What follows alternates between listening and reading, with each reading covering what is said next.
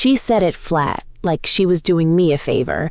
Take the 100,000 and sign, or take nothing. And for 1 second, I almost did it. Almost took the number that was supposed to make me disappear quietly, the way I'd been disappearing quietly for 7 years every time a letter came back unopened. That's the take the high road advice everybody gives you. Let it go, don't make it ugly, be the bigger person. Nobody tells you the bigger person is usually the one left holding nothing. So I set my folder on the table instead of my signature. What she didn't know was that 100,000 was never the real number. It was 1/9 of it. She didn't know I'd spent 7 years documenting every unopened envelope while she thought I'd just stopped trying. And she really didn't know that the same lawyer she'd brought to intimidate me was about to watch her own case fall apart in front of her. My name's Scarlett Thompson. I'm 34, and for the record, I was not born with the kind of face that fools people into thinking I've got money. Dispatchers don't. I'll get to that. She stood in that lawyer's conference room in a coat that cost more than my car payment and said it like she was doing me a favor. Take the 100,000 and sign the release, Scarlett, or take nothing. Your choice. And behind her, taped inside a shoebox lid I hadn't opened in 7 years, was the reason she was about to lose everything. If you're new here, don't leave yet. This isn't one of those videos where the ending is obvious in the first 30 seconds. I didn't know how it was going to end either. Not for a long time. Not even when I was standing in that room. Let me back up. I grew up in Millhaven, which is the kind of Ohio town where the water tower is the tallest thing for 20 miles, and everybody's granddad worked at the same plant before it closed.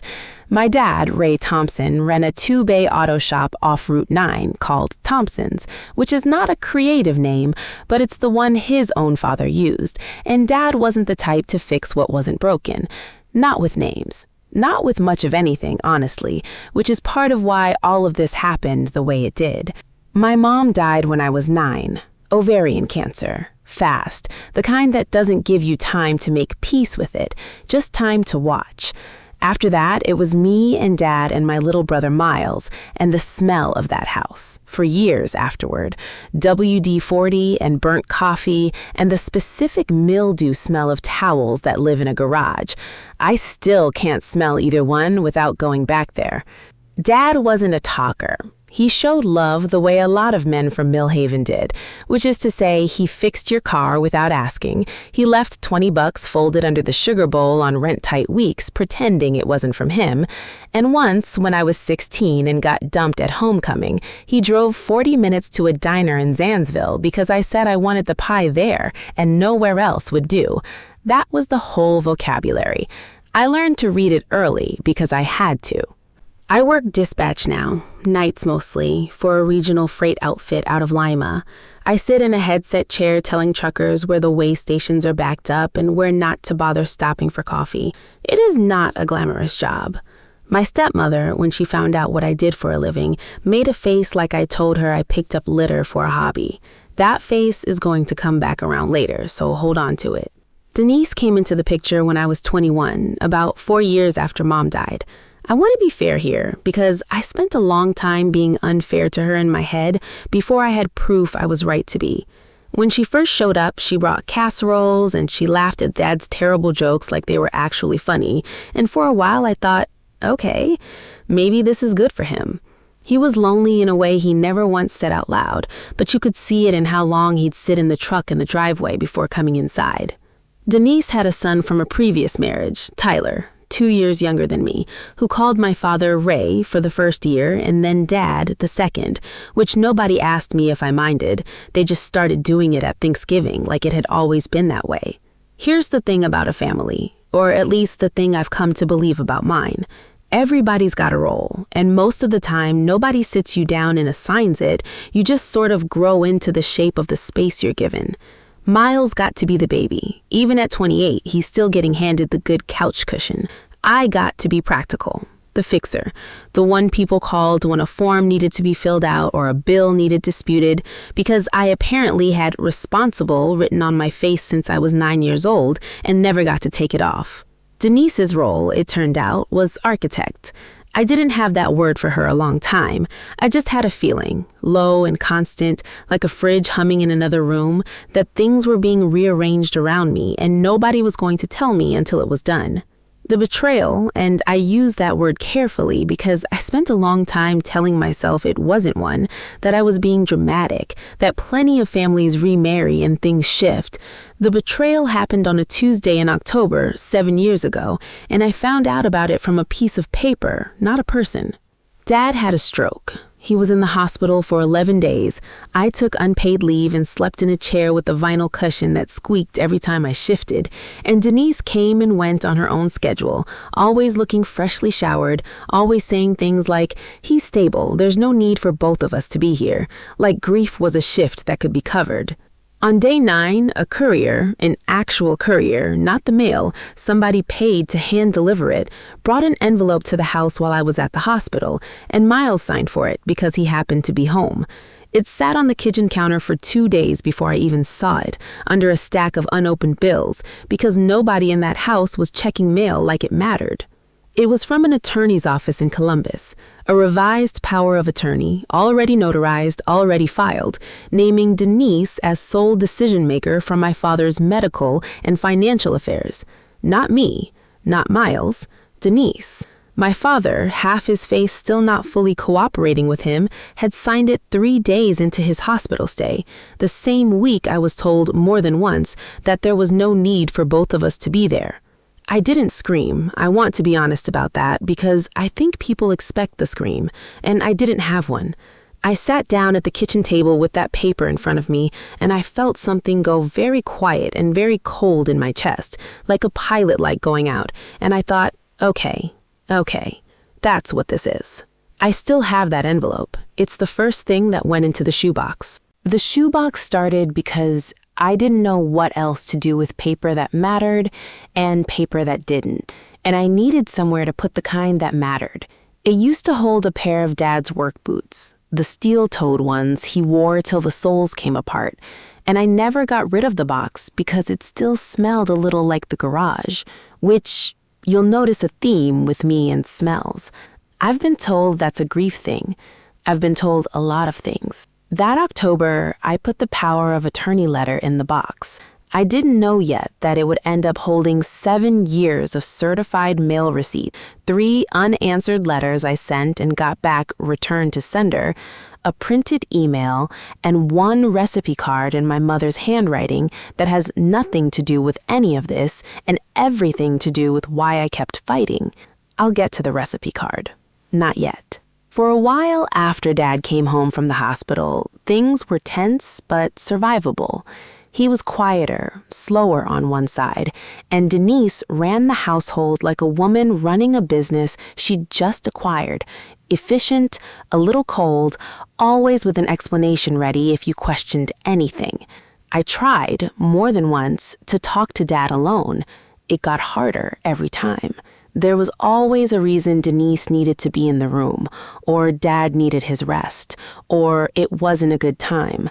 I started keeping the letters I couldn't say out loud, sending them instead, because at least a letter can't be talked over. Every single one of them came back unopened, returned to sender, or worse, opened and never answered. I want you to sit with me for a second because it's the part people skip over when they tell a story like this. I underplayed it for years, even to myself. I told people at work, "Oh, my stepmom and I don't really get along," like it was a sitcom thing, like it was casseroles and passive-aggressive Christmas cards, because saying the real shape of it out loud felt like something I wasn't allowed to do to my own father's wife while he was still alive and presumably still choosing her over clarity. That's its own kind of quiet. I got real good at it. Actually, no. That's not entirely fair to myself, and I told myself I wasn't going to smooth things over in this telling, so let me correct it. I wasn't just being polite. I was scared. If I said it plainly, out loud, to another human being, my stepmother cut me out of my father's decisions the week he had a stroke, I'd have had to actually feel it. It was easier to call it not getting along. So, 7 years, roughly, that's your silence. I'll walk you through it, but not all at once, because honestly, living it wasn't all at once either. It was Christmas after Christmas of shorter visits, birthdays where Dad forgot to call, and Tyler posting vacation photos with him captioned "Dad's Day at the Lake," and me finding out through Facebook that my own father had been in Florida for 2 weeks. There's a term for what I was living in, and I only learned it later from actually reading, not from a therapist because I couldn't afford one on a dispatcher's paycheck. It's called coercive isolation, and it's one of the quiet fingerprints of elder financial abuse. It doesn't look like a movie villain. It looks like somebody being so helpful that eventually there's no room left for anyone else to be helpful too. I didn't know I was watching a documented pattern. I just knew it hurt in a specific, recognizable shape every single time. But here's the thing nobody in that house knew. For years, I never stopped documenting. Every unanswered letter, every missed call log, every birthday card returned unopened. Into the box. My Uncle Frank, Dad's younger brother, was the one person who never fully checked out. Frank ran a salvage yard 40 minutes north, drove a truck older than Tyler, and every couple of months he'd call me up and say, in that flat, unbothered voice of his, "Your dad asked about you again. 3rd time this month." Small thing. Frank never made it a big speech. He'd just tell me, and then he'd usually mention something about a transmission he was parting out, like the 2 facts belonged in the same sentence, which, honestly, coming from Frank, they kind of did. And Frank did one more thing, without me even asking. He kept his own file. Every visit he made to Dad, every conversation, dates written on the back of yellow legal paper in that terrible mechanic's handwriting.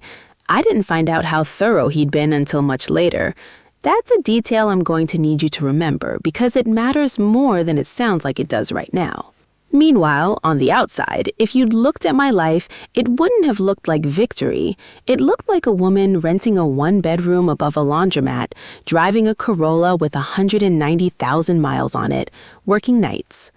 What nobody in Millhaven knew, not Denise, not Tyler, not even Dad, not for a long while, was that I'd been doing something with my off hours besides feeling sorry for myself. I'd gotten certified. Slowly, painfully, night classes twice a week for 2 years, in logistics management. Freight companies pay real money for someone who can run a whole regional dispatch operation without losing a truck. And by year 5 of the silence, I wasn't just answering phones anymore. I was managing a team of 11, quietly, without a single person back home knowing it, because nobody back home had asked. Then came the trigger, and it wasn't dramatic in the way you think. No lawsuit, no scandal. It was a regional trucking association newsletter, of all things, that ran a small profile on rising operations leaders under 40, and somebody, I still don't know who, Frank swears it wasn't him, though I have my suspicions, mailed a printed copy of that newsletter to my father's house. I found out 3 days later when Denise called me for the 11th month in a row. Her voice had a warmth in it I hadn't heard directed at me since I was maybe 22 years old. And she said, "Scarlett, honey, we saw the article. Your father is just so proud." I stood in my kitchen holding the phone and I thought about the shoebox sitting on my closet shelf, 11 certified receipts deep, and I thought, something's about to happen. I didn't know what yet, but after 7 years of silence, nobody calls sounding like that unless something's about to happen. If you've ever had a family go quiet on you for years and then suddenly get warm the second you started looking successful from a distance, I want to know in the comments, was it ever really about missing you? Or was it about what you'd become? I'll tell you what it was about, but you're going to have to come back for that part. I didn't go to Dad. I want to be honest about why. It wasn't strategy, not at first. It was that I didn't trust myself to walk into that hospital room and not fall apart in front of him, and falling apart wouldn't have helped either of us. So instead, I did the thing I actually know how to do, which is organize. I am, whatever else I am, a person who is very good at making sure nothing gets lost. I spent the next 6 weeks building a folder, not a shoebox anymore, an actual folder, tabbed, dated, copied twice. The power of attorney letter, the returned envelopes, Frank's yellow legal pad notes, every visit logged, the email, the newsletter clipping that started the whole thaw. I laid it all out on my kitchen table one night at 2 a.m. after a shift and just looked at it. 7 years of my life reduced to paper. And I remember thinking, not dramatically, just tiredly, okay, this is what I've got. It's enough. I told exactly one person what I was planning before I did it. Frank drove me to meet an estate attorney 2 towns over, a woman named Priya Adani, who'd handled a similar case for a guy Frank knew from the salvage yard. And Priya read through the folder without saying much, which I've come to learn is what a good lawyer does. They don't perform shock for you, they just work. At the end, she looked up and said, "This isn't nothing. This is actually a lot." That was the whole speech.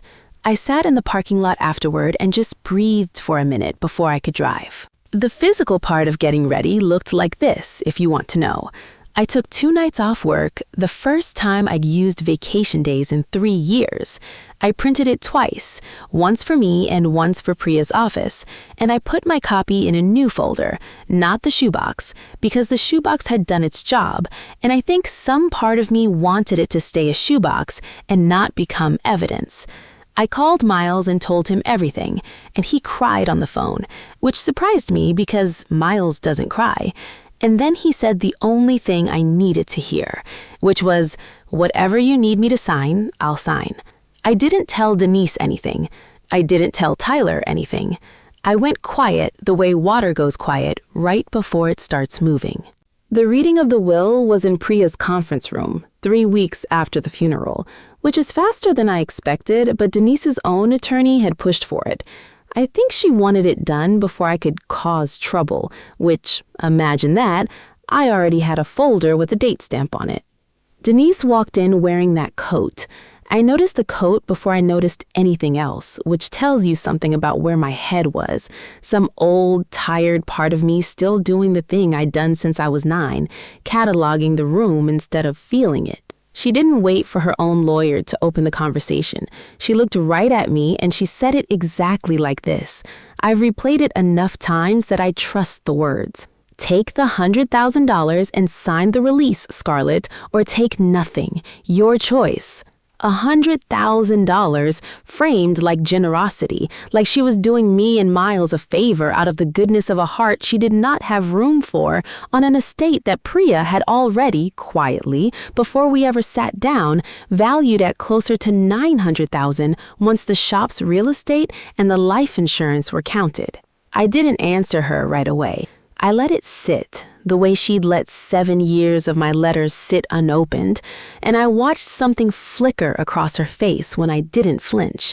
A small crack, right at the jaw, gone almost as fast as it came, but I saw it, because I'd spent 34 years learning to read faces that didn't want to be read. "No," I said. Just that. Not a speech. Priya had told me weeks before, don't give her a monologue. Monologues are for people who need to convince themselves. I didn't need convincing. No, I'm not signing that. Denise's lawyers started to say something about avoiding a costly and painful process for everyone, and I let Priya answer that one, because that part actually was her job. She opened the folder, my folder, the one I'd built at 2 a.m, and set 3 things on the table, one at a time, slow, the way you'd lay down a hand of cards you already know has won. The power of attorney letter from the week of the first stroke, the email to Carol, forwarded and dated, Frank's log, typed up now, notarized, cross-referenced against hospital visitor records that showed exactly which days Denise had and hadn't been present when medical decisions were supposedly being explained to a fully lucid man. I watched Denise's hands, not her face, her hands, on the table, and I watched them go from resting to gripping the edge of it, just barely, knuckles just a shade lighter than the rest of her skin.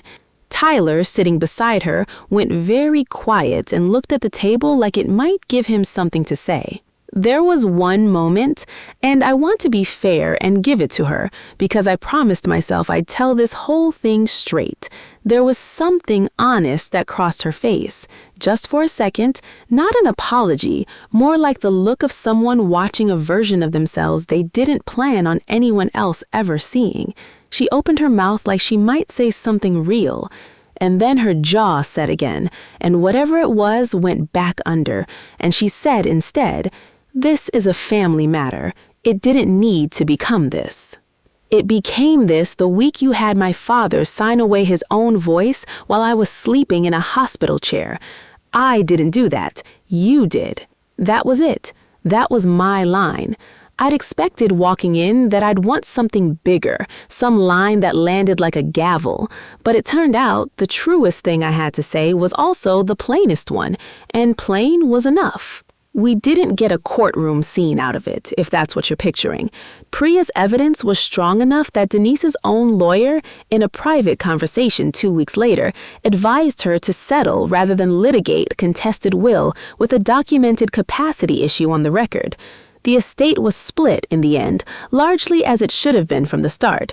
The shop and its real estate to Miles and I, split fairly, the house sold and divided per Ohio's default intestate-adjacent formula, since the challenged will didn't hold. A modest portion left in place for Denise, because Priya said fighting for all or nothing risked years in court, and I didn't have years left in me to give this. I took less than I could have on paper. I don't regret it. Some fights you finish because you can win everything, and some you finish because you're just done bleeding for people who never once stopped to ask if you were hurting. Tyler, for what it's worth, called me about 4 months after everything settled. Not to apologize for his mother, he made it clear he wasn't speaking for her, but to say he hadn't known about the power of attorney letter until the reading, that Denise had told him and Dad both a version where I'd stopped calling, and he wanted me to know he believed the paper trail over the story he'd grown up hearing. It wasn't everything. It was something. I let it be something. I want to tell you the part I'm least proud of too, because I promised myself, sitting down to tell this, that I wasn't going to make myself the clean hero of it. Miles wanted to sell his half of the shop outright, fast, cash out and be done with Millhaven altogether, and I talked him into letting me buy his half instead, at a price that was fair on paper, but lower than the shop was actually worth, because I knew he needed money quicker than a proper sale would move, and I told myself I was helping. I still don't fully know if that was me looking out for my brother, or me making sure I ended up with a thing that had Dad's name over the door. Probably both. I think about it more than I let on. What I actually got out of all of it, and I've had a while to sit with this question, wasn't the money. Though the money helped, God knows it helped, dispatchers don't retire early on headset money alone. What I got was Frank's yellow legal pad, which I had framed, badly, in a Walmart frame that doesn't quite fit, hanging in the office at the shop now, because that ugly handwritten log is the reason any of this held together. What I got was my father's boots, the ones that used to live in that shoebox, which I finally took out and put on a shelf in the shop office instead, because they didn't need to hold paper anymore. If there's a lesson in here, and I think there is one, it's not really about money or wills or lawyers. It's this: silence protects the person doing the harm a lot longer than it protects you. I spent 7 years being quiet because I thought quiet was the same as being fair, or being patient, or being the bigger person. It wasn't. It was just quiet. The paper trail is what actually saved my father's shop, not my restraint, not my hoping things would come around on their own. That newsletter clipping is still in the shoebox, by the way, tucked behind the boots now instead of on top. Some days I think about who mailed it to that house. I have my guesses. I don't need to know for sure. I still don't know if I was fair to Miles about that buyout. I really don't. I've gone back and forth on it more nights than I'd like to admit, and I don't think there's a clean answer, and I'm done pretending there is one just to wrap this up neatly for you. So I'll ask you instead, because I actually want to know, if you'd been in my shoes with your own brother, needing to make it fair fast instead of fair slow, what would you have done? Tell me in the comments. I read every single one.